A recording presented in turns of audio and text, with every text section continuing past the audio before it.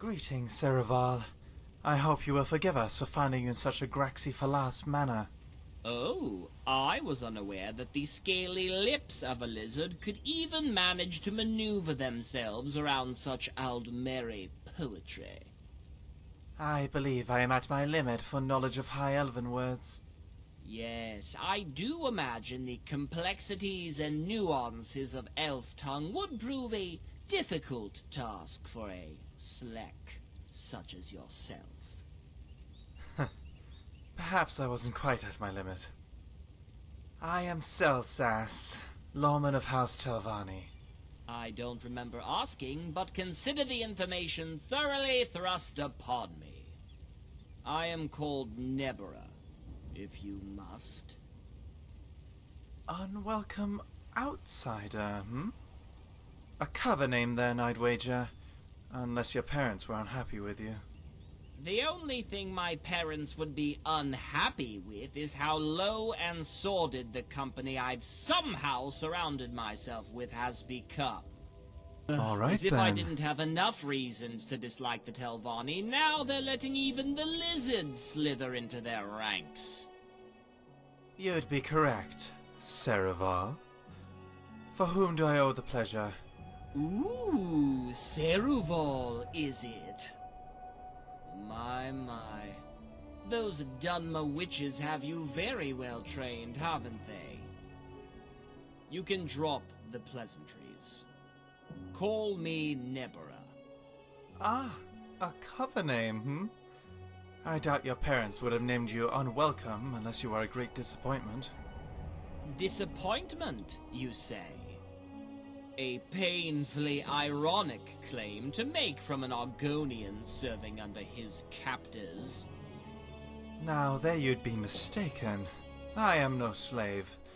The name is Xelzaz, lawman of House Telvanni, as you gathered.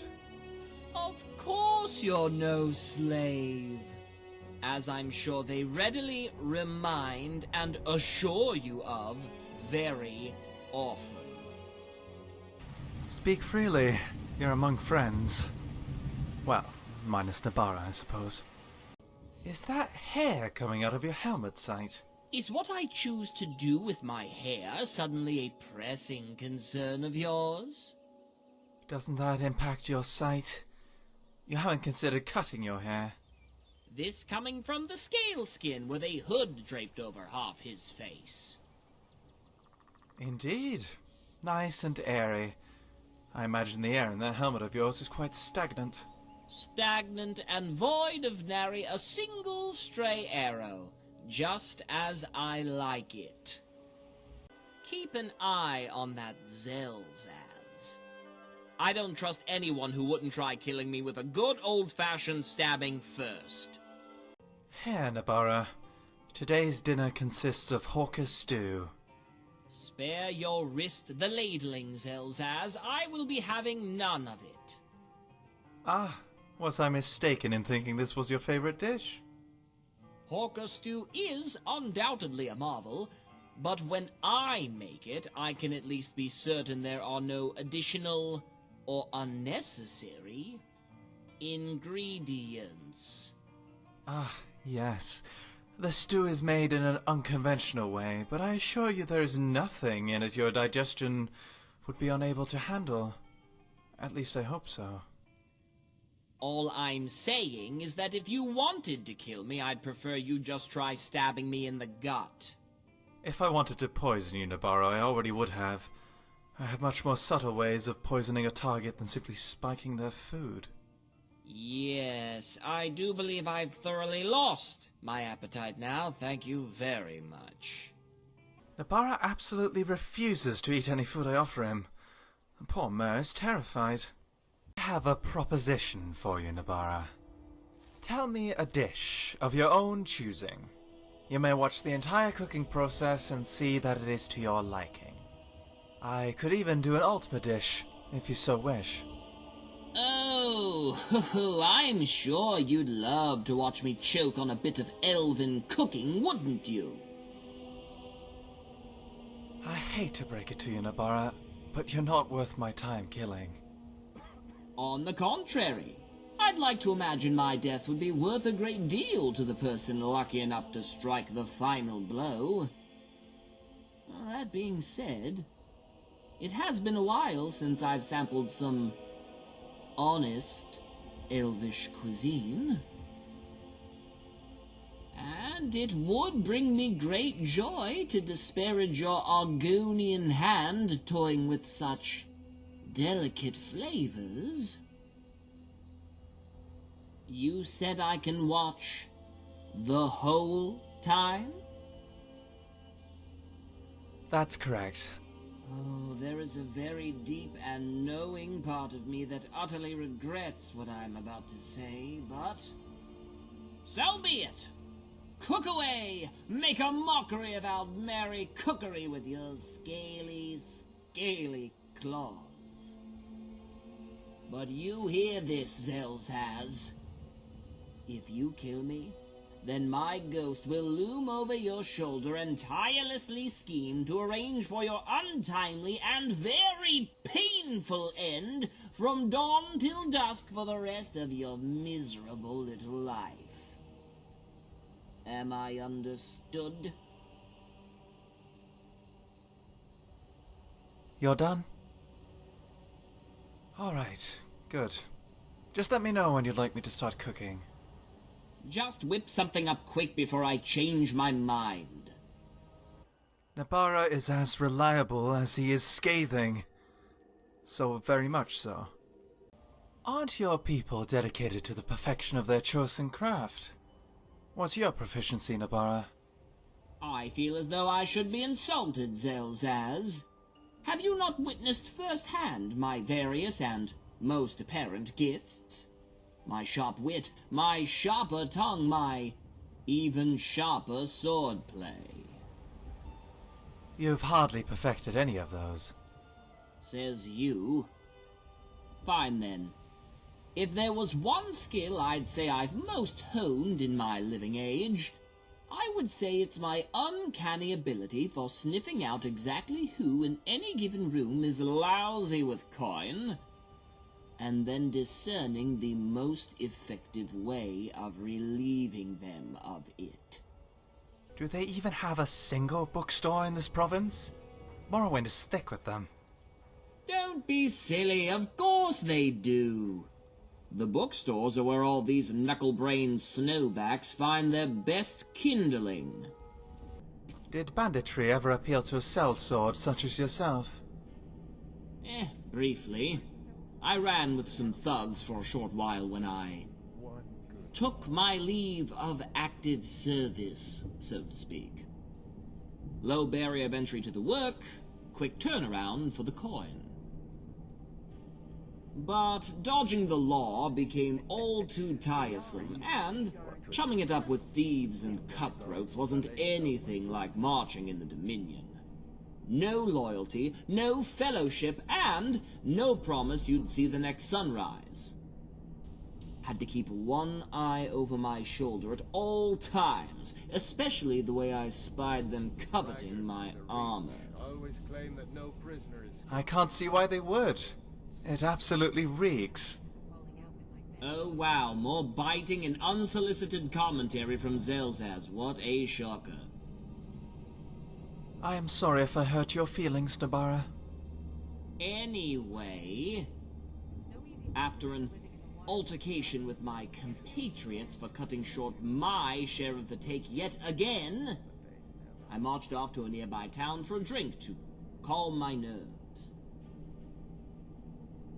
As luck would have it, while I was there, deep in my cups, I caught wind that the wastrels back at my camp had already amassed some hefty bounties on their heads.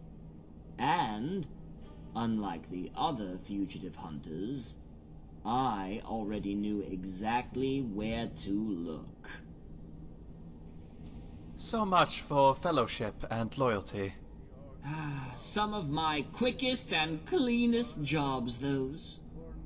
In fact, they may well have been some of my first formal contracts as a merc cutting their teeth out on the field. hard to remember exactly, though. I mean, a lot of bandits have died by my hand between now and then. It's hard to keep them all straight. Here you have it, Nebarra. Solitude, the peak of Nord civilization. How long do you think this one will last before it pulls a winterhold and throws itself into the sea? Curiosity might kill my Khajiit here, but what exactly is the difference between cooking and alchemy anyway? From where I'm standing, it's all just boiling pots and nonsense. While the skills are quite similar and there is a lot of overlap, there are significant differences between the two. While cooking focuses on the aspect of combining a set of ingredients, heating and preparing them in different ways, the primary goal is to create something edible and tasty in order to sate an appetite. Alchemy is of course similar to that. However, the ultimate goal is to use the properties of the ingredients and manipulate them in such a way as to alter oneself or a target. Having a talent for identifying how an ingredient acts and the way it will act when combined with other things will help you go a long way in regards to both disciplines. Never mind. Bored with that first part. Satisfy a morbid inquiry for me, though. What came first? The cooking? Or the killing? For me, the cooking, though the killing wasn't far behind. I wonder if that's why I never picked up the culinary knack. Started off with too much killing much too soon. What's scarier, Nebarra? Fighting dead Nords or living ones? Scarier? Don't you mean more entertaining? Draugr put up a better fight, to be sure, but you don't quite get the same satisfaction from putting them down as you do the breathers. After all, what's the fun of making something dead twice? You seem to paint this Port Telvannis as a veritable bastion of hope and camaraderie. Sounds a bit naive to my ear. Not sure what gave you that idea. Port Telvannis being open to every which despicable creature and race unknown isn't something I'm exactly pleased about. House Telvanni is able to get a hold of things most would struggle to acquire due to the hostilities towards, for example, Sloths, Moormer, and vampires. It is a pragmatic situation that has developed naturally by opportunistic members of the house that has slowly become the norm in Port Telvannis. The Moormer, for example, has had it out for your people for centuries, and the Sloth have been adversarial to every race unknown since the dawn of time. Wait a minute. You're meaning to tell me I can waltz into Port Telvannis and be within a sword-length's reach of Sloths, Moormer, and vampires, all at the same time? All of the time? They are still a relatively rare sight, but it does happen on occasion, yes. Oh, and to think, I've traveled far and wide across this land, endeavoring to find all manner of people and less than people to hate and murder, usually in that order. Little did I know that a collection of my least favorite of them were already bundled up together for me, practically packaged for a massacre. The city is thick with guards for that very reason, Nebarra. Don't try to talk me out of it, Xelzaz. I'm already planning my vacation. If you tell Xelzaz that I actually enjoy his cooking, then on my oath I will gut you in your sleep. Xelzaz, a word.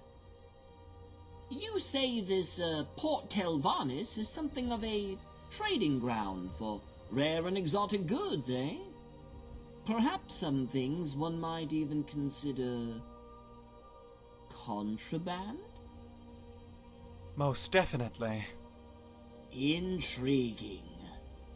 You know, tales have reached my ear of certain strange and sinister concoctions, even more potent than your most virulent of poisons. What are you getting at, Nebarra? Wine, Xelzaz. I'm talking about the good stuff. The really good stuff. The kind of stuff they don't want you knowing about. And what is it that these mysterious they don't want us to know about? Ooh, like Balmora Blue. It's folded in with moon sugar, deliciously illegal. You get caught with even half a bottle on you, and we're talking years behind bars. Ooh, or Ember Shard wine. People actually get addicted to this stuff. A few sips of it and you'll be as brain dead as a Draugr slumbering in a tomb. Or the most coveted prize of all. The legendary, no, the infamous Felmore wine. Said to be fermented in the shivering isles of Sheogorath himself, but a thimble of it threatens to drive even the sternest of drinkers to sheer and utter madness. And this liquid brain rot appeals to you why? I'm not getting any younger, and I'm running out of new wines. You won't be getting much older if you do try them. Listen, you get one of those bottles in my hand, and I won't sling a crossword your way for a week. Now that would be a shame. What of our esteemed rivalry? Oh gods, have it your way then. Get me that wine, and I'll think of some new insults for you that are so insidious and so clever that you'll be practically morally obligated to announce me your nemesis. Nebarra reminds me very much of some of my Telvanni peers. It's almost comforting in a way. I've been giving it some thought, Xelzaz. And I do believe you're holding out on me. Is this about alcohol again? You can make potions and poisons, sauces and syrups, and yet not once have you made mention of any ability to make wine. Do you really expect me to believe that you can stir up a nectar that can seal shut a gaping wound, but you can't ferment wine? Explain yourself. I leave that to the professionals. I'd much rather mix up a drink that you'd never in your life be able to ferment.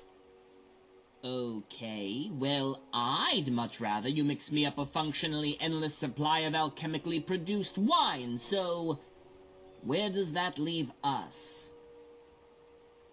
I'd be happy to mix you a drink, Nebarra, but not for free. These spirits aren't cheap, nor easy to come by. Is not my radiant personality and fearsome sword arm ample payment enough for such a labor? That is the exact reason I am charging you, Nebarra. Is that so? Well, remind me to send you a bill for all the times my golden hide has stood betwixt you and otherwise almost certain death. Ugh, as much as I hate to admit it, and I do hate to admit it, Xelzaz does have a better head on his shoulders than most in this god's forsaken province.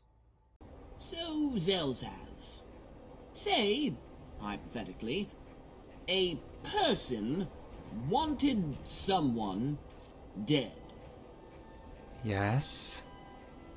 And say that person, with a certain high level of probability, was me.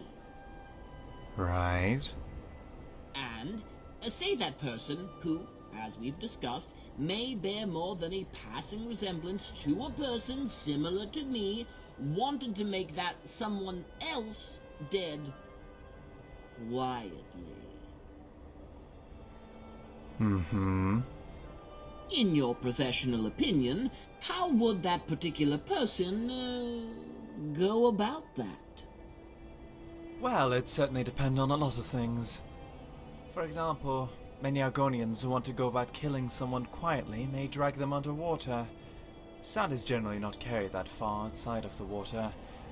They're quite silent from the surface. Though I figure you were leaning more towards poisons, which of course are excellent. There's nothing that's if too they low act for fast them. enough. The main difficulty is administering it.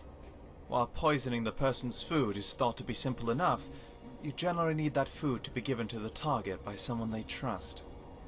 You could prick someone with a poisoned needle. In fact, the target might not even notice. This does require getting nice and close to your target, though. One quite original idea that I am somewhat proud to say I came up with myself is a candle. I regret to inform you, Xelzaz, that I've already beaten you to that one. I mean, really, you think you're the first person in Nern to kill someone with a candle? I mean, you cram anything down someone's throat far enough and, well... Not like that, you brute. Far more subtle. I made it so that when the candle is set on fire, it will begin spewing odorless, toxic fumes into the room. Just a good whiff or two were enough to make a person unconscious, at which point they'd continue breathing in the fumes until they died. Simply give the candle as a gift, or perhaps swap it out with the regular candle. There's practically no guarantee it will kill just your target, though. In fact, it's quite likely you'll take out a fair few more people. Can you at least make them retch or writhe a little before they expire? After all, where's the fun in poisoning someone if you can't relish in the knowledge of their suffering? Behold, Xelzaz, Windhelm, the storied and ancestral seat of Tamrielic man. You'd think after all this time it'd look a bit more impressive. With what I know of Nordic history and construction, I wouldn't think that at all. You know, I once heard an old sailor spin a fanciful yarn about a fearsome dread pirate who worked up an immunity to all manner of venoms and poisons. Would you know anything about that? Well, not that particular story, no. But building up an immunity to venoms and poisons is very much true. It is, of course, well known that Bosmer and Argonians are quite resilient towards disease and poisons. But I, for a fact, due to my many years dealing in potions and poisons, am immune to all poisons I can think of. How much? How much what? How much coin do I need to pay you so that I am immune to poisons? Are you suggesting I inject you with poisons now? Is that how it works? Depends on the poison.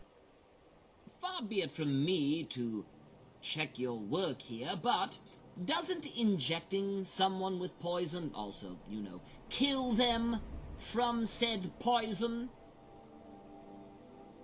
Indeed. To build a tolerance, you would either have a very small dose and slowly increase it.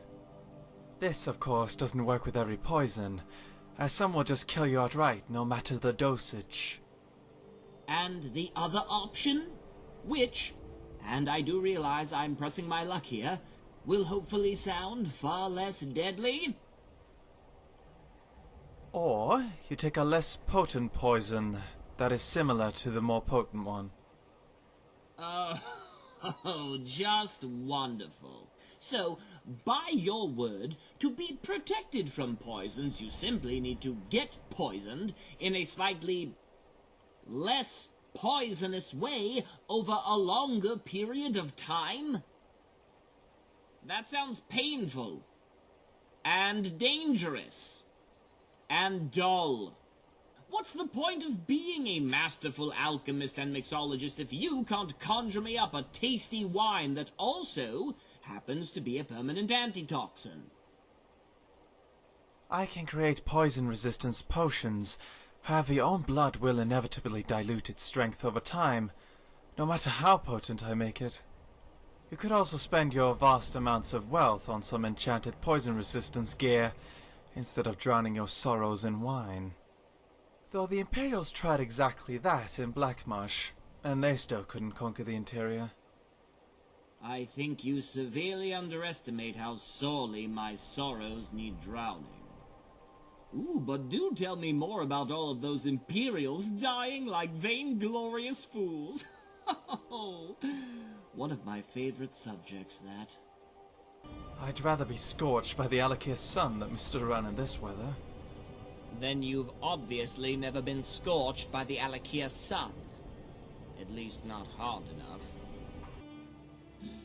Xelzaz, I've just had the most brilliant idea. Does it involve your favorite topics such as wine or poisons? It just so happens that this particular stroke of my genius involves both. I've heard the negative side effects of consuming utterly unholy amounts of alcohol, the headaches, the sickness, the sluggishness, sometimes referred to by you cauldron jockeys as alcohol poisoning. Nebarra. My point is, you make poisons. You also make things that cure being poisoned. And if drinking myself sick is, by some weak-armed milk drinker's definition, a form of being actively poisoned, then you can, in theory, create some sort of antidote to all the worst parts of getting absolutely hammered. The ultimate hangover helper. While yes, that is certainly possible, the best way to cure a hangover is to not drink ghastly amounts of alcohol in the first place. Out of the question. Even then, I doubt you'd enjoy the process where a potion empties your stomach of acid, contracts your blood vessels, and rapidly stabilizes your blood sugar. How did you manage to invent something in your mind that sounds not only equally as awful, but perhaps even markedly worse than being green off the grog? Because alcohol poisoning isn't traditional poison. If you want me to cure the bad symptoms, you'll need to undo the causes of them. It's relatively quick, but unpleasant. Funny you should mention getting this done quickly, because, truth be told, I've already downed a few bottles today, and I'd be lying if I said I had any plans of stopping. Nebarra's constant drinking has me a little concerned, truth be told. Xelzaz, a word. You have my attention? Rumor has it that certain alchemists have developed solvents and lotions that turn away even the most adamant of insects, vermin, and other pests. That's correct. Have you, yourself, learned how to concoct any of these repellents? Perhaps one that could aid us in deterring any creepy, crawly nuisances from thwarting our excavational ventures. Like scaring off skeevers, or choruses, or, Spiders? Oh, by the gods, yes, like spiders. My mother would make a repellent every morning, which she then scattered around the hatching pools to keep the eggs undisturbed. It'd keep away smaller vermin, like you mentioned, but larger things she would have to fend off herself. Please never say hatching pools ever again. There isn't a clear line between what vermin find offensive and what people don't, but I could see what I can do. Xelzaz, if you do this service for me, then I swear upon my mark and seal, I promise to move you no more than 5, but no less than 3 spaces down on my people who most perturb me list. I will say I am glad we have Nebarra on our side. That Mer fights like he has nothing to lose, which probably is the case. This has just been eating a hole in my brain since the moment we met, so I just have to ask. The Hist? What's the deal there? You lizards talking to trees in your dreams? You realize how ridiculous that sounds when I say it out loud, right? Yes, I imagine it can be hard to grasp for those more simple-minded. Oh, stuff your craw with these steely retorts. I practically invented the art of sarcastically deflecting a line of personal questioning. What's this, Nebarra? Do I sense genuine curiosity and interest? Seriously, this Hist stuff. Spill it. Well, first off, we do not speak to trees in our dreams. Argonians and the Hist share a mental bond with one another. We share in the sap and feel each other no matter where we are. This bond is purely by feel, a whole other sense, distinct from all the others. No speech necessary. Some Argonians, however, are able to speak directly with their history, and in turn the Argonians bonded to said tree, such as my sister. These Argonians are named sap speakers, but the title is only used for those officially recognized as one. So, wait. You and your sister, you two are... bonded? We share a Hist bond through our tribe's tree. I share this bond with the rest of my family, as well as the other families attached to our tree. And if I understand correctly, that means you two can commune with each other by mere thought, over any distance. That's right. Oh, well, doesn't that sound preposterous? Hard to believe a feat such as that is even possible. That skill is unique to sap speakers, though. With the rest of my family and history, it's purely emotions. I wonder how he's doing. Back there on the farm. Did he ever finish that book I lent him, I wonder? Always said I had terrible taste. Is something the matter? What?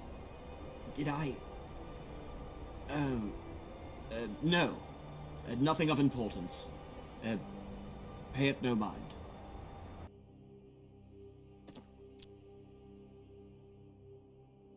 So, we're all ready to go? You know, I imagine we might be able to build camp at least twice as quickly if more than one of us was lugging around the firewood. True. But I have other duties. You understand? Oh, but of course, you're right. How silly of me. We couldn't have you breaking a nail over there. Well, I think I've earned myself a tall glass of wine. Want me to grab you something while I'm up, Xelzaz? A big bowl of bugs? A saucer of swamp sludge? I doubt this establishment has such delectable treats, unfortunately. Regardless, I am sated. Thank you. I once tussled with a mercenary from Cyrodiil who claimed she'd tasted a few drops of that famous Hist sap. Said the stuff got her seeing blood red, wild and mighty enough to lay to rest an entire battle company single-handed. Sounds rather useful for a person in my line of work. I will not be sharing my Hist sap with you, Nebarra. Would you let your pride and ego doom all of Skyrim? Think of all the dangers we face on a daily basis. Swarms of bandits, monstrous hordes, ancient, apocalyptic threats. One dose of that tree juice, and I dare say I'd have the power to put the sword through every Daedric prince and their fell armies to boot. Seems like a wise enough investment for the sake of old Nern. No? A non-Argonian consuming Hist sap is sacrilege, and I will have no part of it. We will not speak of this again. It appears I've touched a nerve. Consider the matter closed. I may go get a drink. Would you like anything in particular, Nebarra? The driest wine they have on the shelf in the biggest glass they have, and thoroughly unpoisoned, if you wouldn't mind. This is your way of saying you like me. You're going about it the wrong way. Reincarnate. Well, as it turns out, I don't like you, so this is entirely justified. Proud of Any you. last Calm yourself, words? Nebarra. I'm not your enemy. At least not at this moment. I think I'll be the judge of that. Stand still and let me kill you. Dumb brute. I'd love to tussle with you, Nebarra, but now is Had hardly the enough? time. There's no time like the Oh, present, that is awfully and hot. I'm already holding Setting the my lizard on sword. fire will not make it. Are you going to stand there and play with your pretty bottles, lizard, or are you going to get some blood on you? Ah, now you'd like that, wouldn't you? Just stop killing something thing that before I ended when it bloody did. you up I was myself. about to run out. Keep a healing potion handy. I'm planning on getting a few new scrapes. The white. Watch your head. A few more blows and you might become amiable.